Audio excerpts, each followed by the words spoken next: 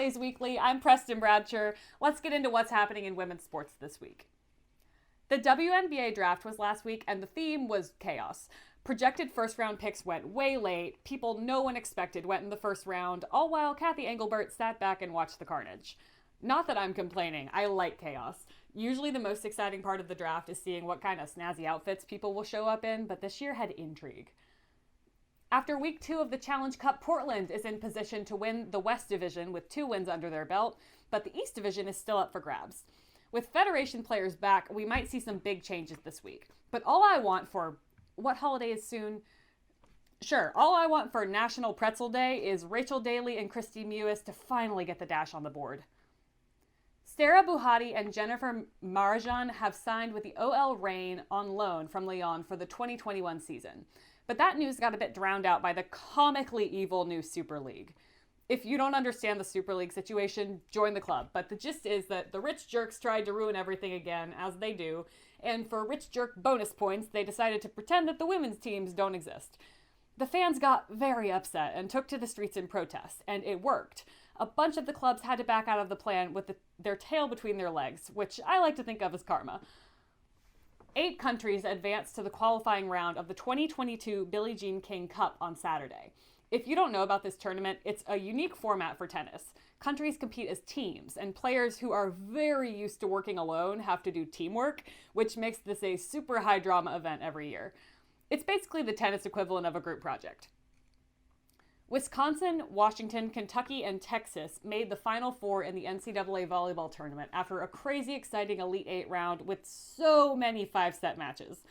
These teams really said, okay, NCAA, you can cut our field by 25%, but we're still giving you 100% of the drama that you don't deserve. And finally, the Michigan women's gymnastics team made history on Saturday when they won their first ever national title. Sophomore Sierra Brooks was Michigan's standout, but it all came down to junior Abbey High School on the beam. Can you imagine the pressure? The national championship is on the line, the world is watching, now go do an aerial on this big stick. I'm just saying, there's a reason men don't do the balance beam. We've got a great show for you tonight. Deja McClendon of Athletes Unlimited Volleyball is here. Plus, we'll fill you in on the latest masterpiece of sports TV. But before we get to that, the NWSL has become the biggest women's soccer league in the US, and the only one that pays its players any kind of real salary. But did you know that it's not the only league? I somehow didn't. I know, I'm ashamed of myself. Until last week, when Gotham FC announced their new reserve team in the WPSL, and I looked it up. Turns out it is huge, it's super cool, and everyone should know about it. So, for anyone else who's late to the party like me, let's take a deep dive.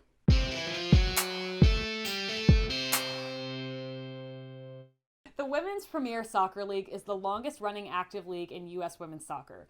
It was founded in 1998. For context, the NWSL has only been around since 2012. It's also enormous. I can't believe I didn't know more about this, considering how sports-obsessed I am. The WPSL has 141 active teams, and it's the largest women's soccer league in the world. Not country, world.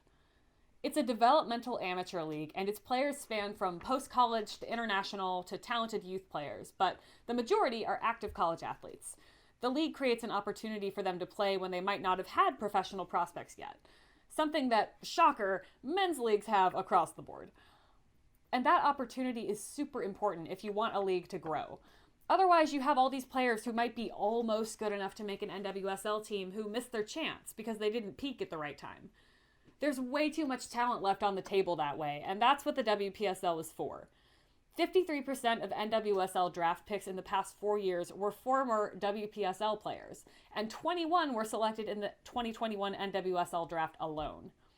A few NWSL teams have reserve squads in the league where players can develop in hopes of eventually making the top-tier team. And tons of big-name players have spent time in the league, too. Brandi Chastain, Alex Morgan, Rose Lavelle, Katarina Macario. But my favorite player out of the WPSL is Jennifer Cujo. Cujo stole everyone's hearts, including mine, at the Challenge Cup last year after she came to Sky Blue FC from an open tryout and worked her way into a starting position. But I had no idea she used the WPSL to get there. She's a midfielder for Ghana's national team, and she went to Northeastern State University, a D2 school where she was named NJCAA Player of the Year in 2014. From there, she went on to play in the WPSL for the California Storm and Asheville City Soccer Club. And no surprise, she kind of crushed it in the league.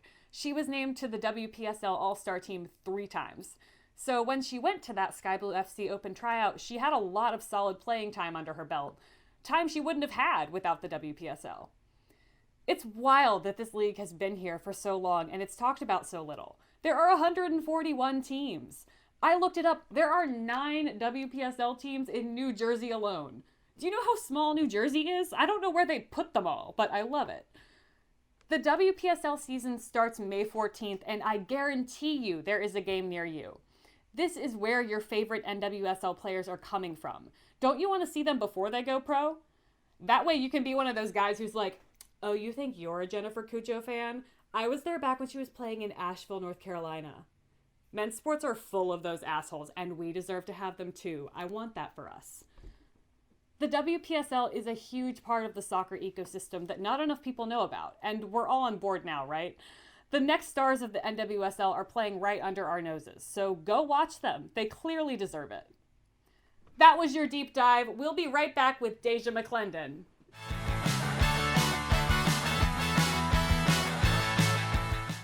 Our guest tonight is a 2-time national champion, the 6th overall finisher for Athletes Unlimited Volleyball's first season, and she has played volleyball all over the world. Deja, how are you? I'm so good. I'm so happy to be here. Good. I'm so excited to meet you, like I said. So you just played in AU Volleyball's first ever season, which was so fun to watch from a normal, spectator point of view, but could you just tell me a little bit about what that was like as a player, what that experience was like for you? Yeah, I mean, it felt so quick. It's so weird how much work we put into creating this thing. And when you're in it, you're really focused and you're just trying to, rise up in the leaderboard. And then all of a sudden it's over. It was so much fun to be a part of this first season, to kind of set the standard, to create an experience for all of the players and for the fans that was just so original. And I'm still missing it. I feel like I miss this kind of family that we've created thus far, but I am very excited to watch lacrosse in July. Me too. I know nothing about lacrosse, but this is what's great about Athletes Unlimited. Like the fact of having to understand the point system kind of makes you learn the sport, which is great for things like I didn't know softball really at all until I started watching it with Athletes Unlimited last year. So excited to learn lacrosse. I am the same way. I was trying to catch on to softball. It's not something I ever really picked up. And then I started to look at the girls. I'm like, these girls are strong and awesome. And I started to really dive into the new sport. So yeah, it's fantastic. I love that about Athletes Unlimited. It's really super cool and innovative, and we've talked about it before on the show, but we're fans over here. We like it. So like you said, short season, like 6 weeks in and out or so. What's next? What are you doing now? What's life like out season for life you? outside of season? Well, a lot of it has to do with just staying in shape, finding ways to play, and right now it's kind of getting into sand. So I'm not a great sand player, but I love to do it for fun. And I am also keeping up with all the other AU sports. Like I said, figuring out what lacrosse is going to be like and continuing to be a part of the AU family. And, spending time with family, which is part of the reason why I loved having such a short season. We have the ability to have our normal lives outside of our professional sports life. Yeah, definitely. And you've played a lot of different places in the past. I looked at like Brazil. I saw, was it Azerbaijan? Was that Azerbaijan, yeah, Italy and Poland. Those are the places that I've played this far. Do you have a favorite? It's so hard. Everyone always asks that. I love every place that I go, and every place is a positive and a negative. But I really love Brazil, and mostly just for the culture and the people. I think the people are so warm and open, and everything is colorful, and the music and the food. I'm obsessed with the Brazilian culture. That sounds amazing. I'm looking forward to being able to go places again because it's been a minute. Yeah. Maybe one day Definitely. get over there. I wouldn't be mad at that. It sounds amazing. So yeah, like I said, you played everywhere. I feel like you've done a ton in your career, and Athletes Unlimited is the next kind of like chapter of that. But I'm curious about what you're interested in doing next. Like, what kind of plans do you have for the future? What kind of things would you like to see happen, whether that's volleyball or personal, like outside of that? I think volleyball is a big chunk of my life, but it's something that I know I can't do forever, you know? And so what my main goal right now is to grow that sport so that, and to kind of revamp it in a way that it's more accessible to people here in the United States, because we didn't have the ability to play pro ball in the States. That wasn't an option. So now that it's an option, it's like, how do we make this the best league? How do we make this something that everybody wants to be a part of? How do we make this something that the fans really enjoy and really kind of explore how we can grow the sport? And so that's what I'm really excited about doing. And especially because AU has given us this platform to really voice what we want as the athletes. And so growing that is one of my main goals. And then on the other side, personal life, I'm planning my wedding. So that's really big for me. Oh man, And yeah, that's so big. that's big. I'm really excited about that. So I'm kind of like diving into that this summer, um, and just kind of figuring out my next route outside of volleyball. Probably good you have a little bit of off season to plan that wedding. I don't know Yes, about doing I both at the same time. honestly, I was sending out invitations during AU, and that was enough. Like, I was like, I don't think I can do both of these at the same. You like get your teammates over. Okay, who knows calligraphy? Like, Right. Licking envelopes, putting stamps on them. that's teamwork. That's bonding right there. Bonding. That's what Exactly. sports are for. So you have people to help you when you have to plan a wedding. Nothing else. Actually, a couple of other girls were planning their weddings as well, several of us. So it was really cool to actually connect and be like, oh my gosh, what do you wear? Like all of that stuff. What's your designs? It was really cool. That's so fun.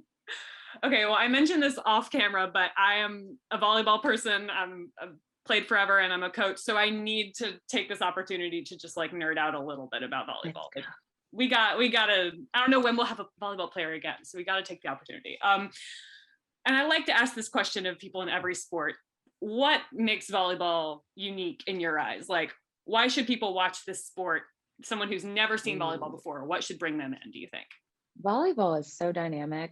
It is so fast paced. You don't know really like what's going to happen. I know that a lot of sports have that kind of uncertainty, but there are so many ways to win in volleyball. Sometimes it's not like the biggest girls or the strongest girls. Sometimes it's just the scrappiest, like most heart, like driven people and teams that win. And I love that. And I think that there's something happening every play, right? There's always going to be a point one lost or won. And so that to me happening so quickly makes you always stay tuned in. So I love that. I love how aggressive that you can be without contact, because I'm a non-contact sport kind of girl. Tried basketball, even though it's supposed to be non-contact. It wasn't for me. Me too. Yeah. So because I you love feel how real mean, even though you don't ever have to like hit anyone. It's great. exactly. We get way less concussions. Love that. Yeah, Still some people, but less. some. If I've you're had lucky. some, but But yeah, I love that. I love it that it's so dynamic, and that really like everybody, we all play backyard volleyball. It's something that's so relatable to people. And I feel like it's just one of those sports that everyone has like tried. And so it's really easy to connect to. Yeah, it's a beautiful sport. yeah. And I feel like it's such a huge momentum sport, which makes it really fun to watch, even if you don't really understand what's going on. I feel like you can really sense like this shifts in momentum over a game. And it's so clear, like you said, because there's a point every point. I mean, every time the ball goes in the air, it's gonna end with somebody wins and somebody loses. So it's not like soccer where yes, the momentum is shifting, but for someone who doesn't really know what's going on, maybe you can't quite see it. It's like you can see it no matter who you are, no matter how little you know, you can get on board with the energy of a volleyball game because it's unmatched. I feel like nothing can hit that level of hype. Yeah, and our games are pretty fast. I think that's another thing too. You can jump in the middle of a game and see immediately who's winning, who's losing, and just catch on. And the games go by quick. So you don't have to spend a whole day at the gym.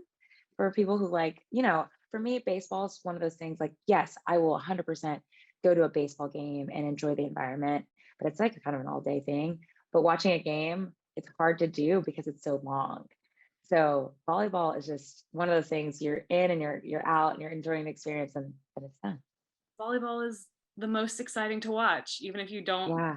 know what's going on. Yeah, definitely.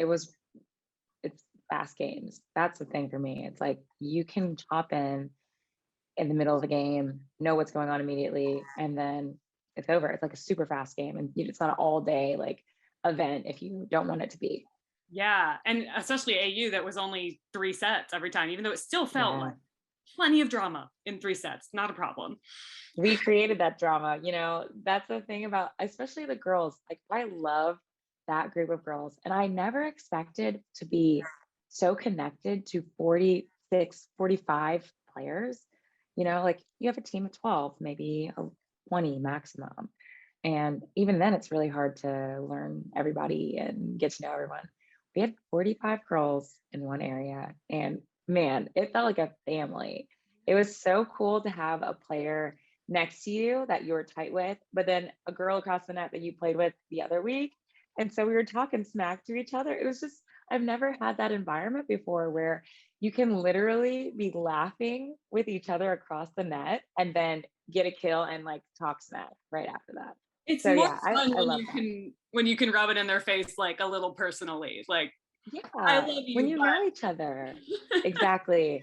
And scouting too, because it's like, okay, I know her really well from playing next to her. I know her weaknesses. I know what ball she doesn't like to pass. I know her serve really well. And the next week, your opponents. So you have those little insights that you don't normally have with your opponents after 2 weeks or 1 week or whatever. So moral of the story, you got to be smart to play Athletes Unlimited, but it's fun. it's It's worth fun. it. It's All right, well, really fun. we'll be back a little bit later with more from Deja, and we're going to play a game to see how well she knows her sports outside of volleyball. So stick around. Ooh.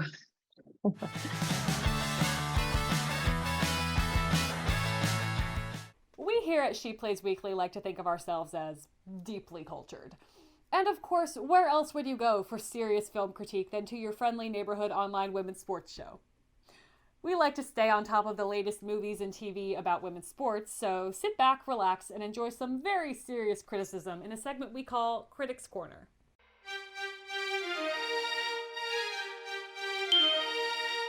You've heard of it. Maybe you saw people mad about it on Twitter a few weeks back. You probably saw the poster and went, Uncle Jesse coaching basketball? Sure, I guess.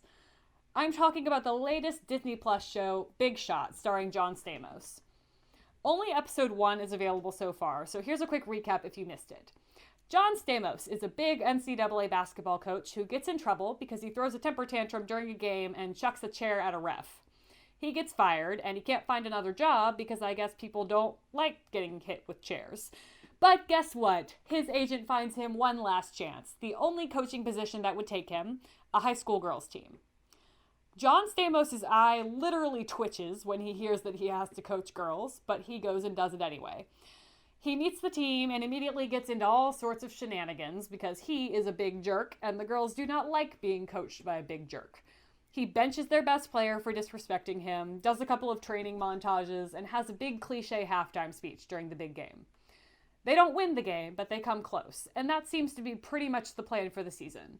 Coach John Stamos clashes with the girls' team, he makes them better at basketball, they make him be less of a big jerk.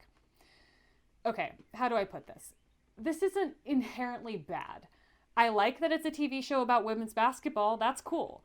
There are a lot of stories to be told here, though as of now, most of the women in the show are coming across as pretty shallow characters. My problem is that we already did A League of Their Own. Great movie, truly. I don't know if you've heard of it. The whole coaching a women's team makes a bad man be better plot worked great in 1992. But hi, it's 2021, and all I want is a show that is just about a women's team. Not about their male coach, not about how they have to overcome sexism in sports, just about the players and their stories. That's what we get in men's sports shows, and that's why there are so many good ones. The whole narrative that treats women as a rehab center for difficult men is just tired, and I don't think we need that story anymore. But I've got great news for Disney and whoever else might be listening. There are a whole lot of stories in women's sports that you haven't even touched yet. Why not dust off one of those for a change? We like to finish off Critics Corner by highlighting some of the stars of the show. So here are our favorite characters from Big Shot so far. John Stamos' aforementioned lip curl, because Uncle Jesse just won't die. The volleyball spandex that they put on these basketball players, because who needs accuracy when you could have leg? The nonsensical halftime speech that somehow redeemed Mr. Jerk Coach in less than 2 minutes, because throwing cliches at a wall and seeing what sticks is an effective plot device. And finally, the general branding of this all-girls high school. Mascot, the Sirens. Colors, this teal and purple monstrosity. And motto, women striving, women thriving. They are really trying to drive the point home that these are girls playing basketball with John Stamos. An incredible concept in 1992. That was Critics Corner. We will be right back with more from Deja McClendon.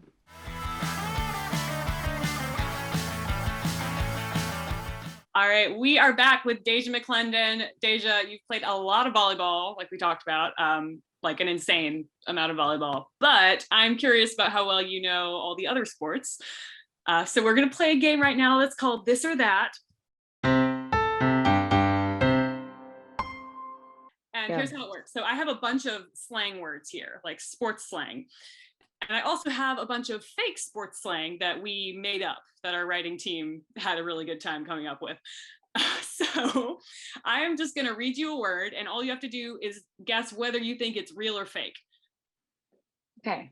Cool. And simple enough. For a bonus point, you can try to say what sport you think it comes from. Okay. Oh man, let's get this going. All right. All right, here we go. So starting off with a pretty easy one, I hope. Nutmeg. Nutmeg. Nutmeg. I'm gonna say that's false. That's real. What? Nutmeg? That's real? It's real. It's a soccer term. Oh no. And See, it's when you kick the ball between someone's legs. I had no idea, but that's cool. That's a good one. Sounds like I'm gonna be terrible at this game, but I'm gonna keep going with it. That's okay. It's okay. I really don't think you'll blame yourself. They get a little bit hard here. But yeah, nutmeg, good one to know. They say it in hockey too. It's like anytime you get it between players' legs. All right, number 2, bonk. Bonk. B-O-N-K. That also sounds fake. That's real. What? It's real. It's from running. From running? From running. It means like when a runner gets so exhausted, they hit a level of exhaustion that they like can't keep going. It's like hitting a wall. Hitting a bonk. Hitting a bonk. Well, guys, listen, I'm learning a lot today. I'm gonna need to use these in my life because that's gonna be I need to watch more sports, I think, and definitely use these in normal terms. I know. It's really I was looking for the weirdest ones out there, and there were a lot of options, so we'll be able to do this. All right, I'm gonna open my mind a little bit more here. All right, here we go. Lettuce. Lettuce. Well, considering the last 2 are real, and I cannot tell if this is real or fake, I'm going to say that it's fake and hope that it's real. Are you kidding me? What kind of sport? Can I guess what kind of sport this is? Yes. What do you think this means? Lettuce. Okay. I'm going to say it's a surfing term. I feel like that's a good guess. It's from hockey though. But what it means is hair. So like if a player has like long hair and it hangs out the back of their helmet, they call it their lettuce. That is so cool. I love that imagery. That is awesome. Well, I'm not scoring any points, but I'm learning a whole bunch. Across the board, we need to adopt that one. Okay. I agree. Yeah, I won't have much lettuce flowing, but it's cool. I'll do the lettuce. You can do, what did we have? Bonk. Yeah. I don't know what's left. All right, here we go. Nugget. Nugget. That's 100% real. It's not. Guys, I'm 0 for 4. 0 for 4 right now? 0 for You 4. are 0 for 4, but I feel Nugget like sounds we're all learning, 100% and that's what real. matters. Okay, cool. I was Nugget. like, what's a food word that isn't a sports term? Nugget. Okay. Here we go. Catch a crab. Catch a crab sounds real. That's real. Ding, ding, Yeah. ding. Catch a crab. That sounds like either a baseball or softball term. It's from rowing. Rowing. So Wow. like Okay, what does that mean? super literal, right? Because like I guess there could be a crab in the water. It means when you make a bad stroke with the oar and you like get it at the wrong angle, so it hits you. Okay. As Okay, you got caught it. a crab, which I love because it's like there's an angry crab in the water who's out to get That the is rowers. cool. Yeah. All right, here we go. Frozen rope. Frozen rope. I'm gonna say that's real. You got it. Because You nobody got it. could just make that up. No one's making up frozen rope. No. What is that from? Frozen rope. I don't know if there's any sports I can think of that involve rope. The climbing term? No, like that would make sense, wouldn't it? Or Right. hockey would make sense, but it's baseball. Baseball. Okay, you have to explain this one I to don't me. know where these people are getting these ideas, but it's just a hard line drive. So I think the idea Okay. is like it went super straight, like a frozen rope, like a stick too, like a lot of things, but we're gonna call it a frozen. Cool, cool, cool. All right, I got 2 more for you. Ready? All right. All right, Virginia reel. That sounds real. That is fake. It is, however, the name of a square dance. Which I also wouldn't know any terms from. So I'm giving away my country roots here. I was like, I'm gonna throw that one in there just for anyone like me who might catch it. Yeah, that's a real thing, but it's from square. It's a square dance. It's a fun square dance. You should do it. It sounded like a soccer term to me, like some kind of move that you'd make.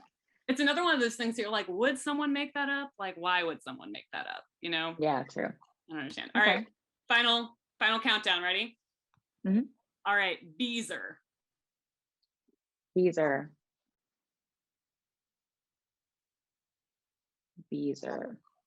Not that I can think of any sport where this would be available, but I'm going to say it's real. You got it. It's real. Beezer. All right, let's think of a sport that you might not have used yet. Beezer. Maybe tennis? Not tennis, boxing. Boxing. Okay, cool. Well, okay, now you got to explain it. It's a term for nose. It's like you got it right in the Beezer. Beezer. I've only heard kisser, but I'm like, wow, cool. I'm just here to expand your vocabulary. This isn't a game that you have a lot of chance of winning, I feel like, because who would? Thank you for opening up my world. But it is. I love it. You now know that there's lettuce and Beezer. It's a lot of different lettuce. Parts of the I'm body. Use lettuce for sure. Yeah. And you know what? I feel very enlightened. And also now, like, I want to watch more sports. So that's the idea. That's the whole thing. We just want to love all the sports equally, even though today we love volleyball the most, because of course we do. We always love volleyball. All right, well, this was so fun. Thank you so much for coming on and playing silly games with me. That's our show, everybody. You can find Deja. It's at Deja_Beja on social media. And thank you so much for watching She Plays Weekly. We will see you next week.